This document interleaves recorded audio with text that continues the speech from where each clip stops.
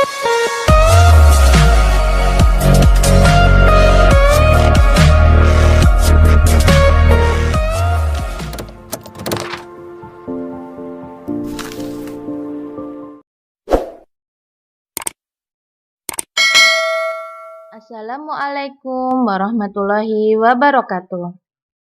Halo anak-anak, bagaimana kabarnya hari ini?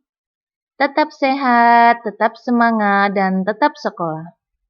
Walaupun kita masih melakukan pembelajaran jarak jauh, tapi Ibu harap tidak menyurutkan semangat anak-anak untuk belajar. Oke anak-anak, bertemu kembali dengan Bu Enggar di mata pembelajaran PPKN. Sebelum mengawal pembelajaran, mari kita awali dulu dengan bacaan basmalah bersama. Bismillahirrahmanirrahim. Nah, di mata pembelajaran hari ini kita masuk di tema 3, benda di sekitarku. Subtema 1, aneka benda di sekitarku. KD 3.1, memahami arti gambar pada lambang negara Garuda Pancasila. Tujuan pembelajarannya yaitu yang pertama, siswa mampu mengetahui arti penting melakukan musyawarah untuk menyelesaikan musyawarah dengan tepat. 2. Memahami pentingnya sikap saling menghargai dalam kegiatan musyawarah. Teman-teman, di sini kira-kira ada tidak ya yang pernah menghadapi suatu persoalan tetapi tidak bisa memecahkan sendiri? Cara yang tepat untuk memecahkan persoalan yang tidak bisa dipecahkan sendiri yaitu dengan cara musyawarah. Oke, baiklah, kita masuk di materi hari ini yaitu musyawarah.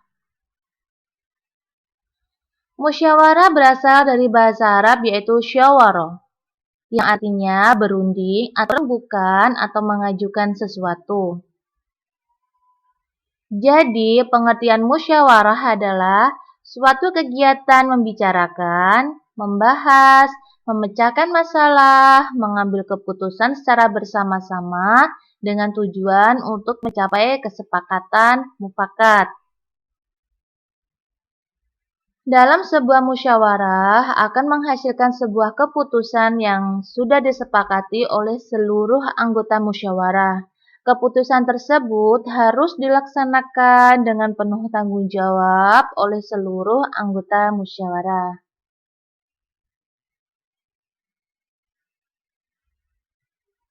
Tujuan musyawarah. Di sini ada dua macam tujuan musyawarahnya. Yang pertama yaitu mencapai kesepakatan bersama. Yang kedua menyelesaikan masalah, persoalan, atau kesulitan. Kapan harus bermusyawarah? Yang pertama, ketika kita ingin mengambil keputusan yang harus didiskusikan secara bersama. Yang kedua, ketika kita menemui suatu permasalahan yang tidak mampu kita pecahkan sendiri secara langsung.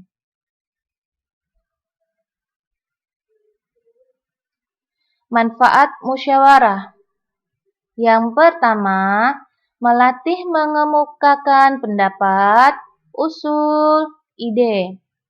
Yang kedua, masalah dapat segera terpecahkan. Yang ketiga, dapat menyatukan pendapat yang berbeda. 4. Membangun rasa kebersamaan. 5. Menghindari prasangka dan pertengkaran. 6. Melatih menghargai pendapat orang lain. Dan yang ketujuh, keputusan yang dihasilkan mempunyai nilai keadilan.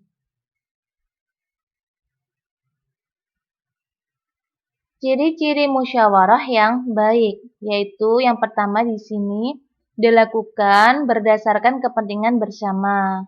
Yang kedua, Hasil keputusan musyawarah bisa diterima oleh seluruh peserta musyawarah.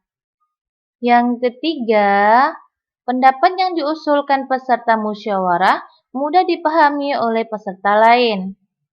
Yang keempat, mengutamakan kepentingan bersama.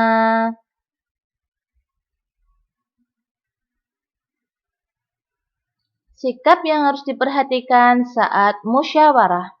Di sini ada beberapa sikap ya. Yang pertama, mengajukan pendapat dengan sopan. Yang kedua, menghargai suara terbanyak. Ketiga, menerima hasil musyawarah. 4. Melaksanakan hasil keputusan bersama. 5. Menghargai pendapat orang lain. 6. Mampu mengendalikan emosi. 7. Sopan santun saat mengikuti musyawarah. Dan yang kedelapan, tidak meninggalkan tempat sebelum musyawarah selesai. Jadi ini semua sikap yang harus diperhatikan ketika kita bermusyawarah. Dan yang kesembilan, mematuhi peraturan musyawarah. Dalam sebuah kegiatan musyawarah, seluruh peserta musyawarah diperbolehkan untuk mengeluarkan pendapat. Cara-cara mengeluarkan pendapat yang baik yaitu pikirkan terlebih dahulu apa yang akan kita sampaikan. Meminta izin untuk mengeluarkan pendapat. Tidak memaksakan pendapat kita kepada peserta lain. Tidak memotong atau mencela pembicaraan peserta lain. Menyampaikan pendapat dengan bahasa yang baik, sopan, dan mudah dipahami. Berlapang dada jika pendapat kita tidak diterima. Menerima saran dan kritik dari peserta lain. Menerima dan ikut melaksanakan hasil keputusan.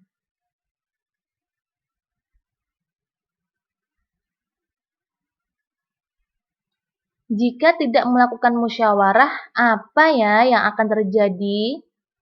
Nah, ini yang pertama, pasti akan terjadi perselisihan. Entah antar teman, entah antar saudara, entah antar sesama warga, contohnya seperti itu. Yang kedua, masalah tidak cepat terselesaikan. Yang ketiga, bisa jadi keputusan yang diambil adalah keputusan sepihak dan tidak berdasarkan kesepakatan bersama.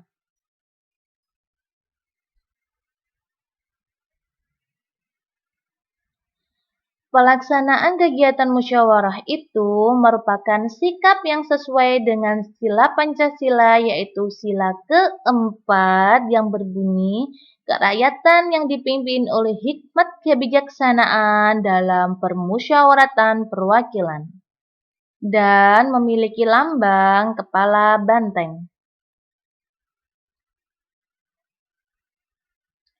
Kegiatan musyawarah bisa kita laksanakan di mana saja, di lingkungan keluarga, di sekolah, maupun di masyarakat.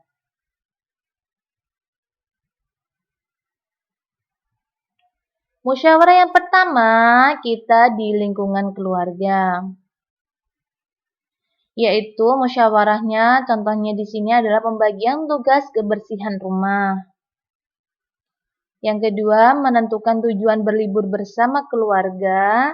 Yang ketiga, menentukan waktu berkunjung ke rumah nenek dan kakek atau saudara. Yang keempat, menentukan waktu bermain dan belajar.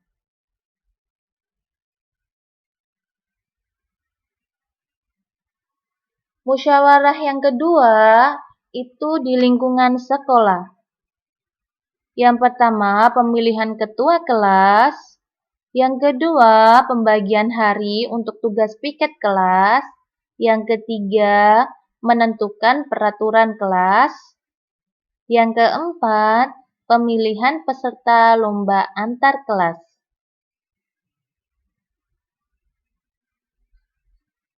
Yang ketiga, musyawarah di masyarakat.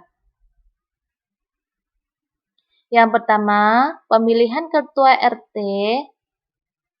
Yang kedua, penentuan petugas Siskambling desa. Yang ketiga, musyawarah pembangunan jalan, masjid, dan lain-lain. 4. Penentuan panitia suatu kegiatan desa. Jadi, kesimpulannya di sini adalah kita harus melakukan musyawarah ketika menghadapi persoalan atau masalah yang tidak mampu kita pecahkan sendiri. Supaya mendapatkan keputusan terbaik yang bisa diterima dan dilaksanakan oleh seluruh anggota musyawarah dengan penuh tanggung jawab.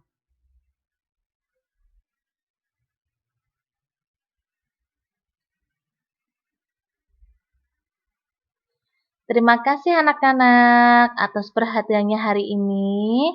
Dan selalu ingat pesan ibu dengan 3M, mencuci tangan, memakai masker, dan menjaga jarak.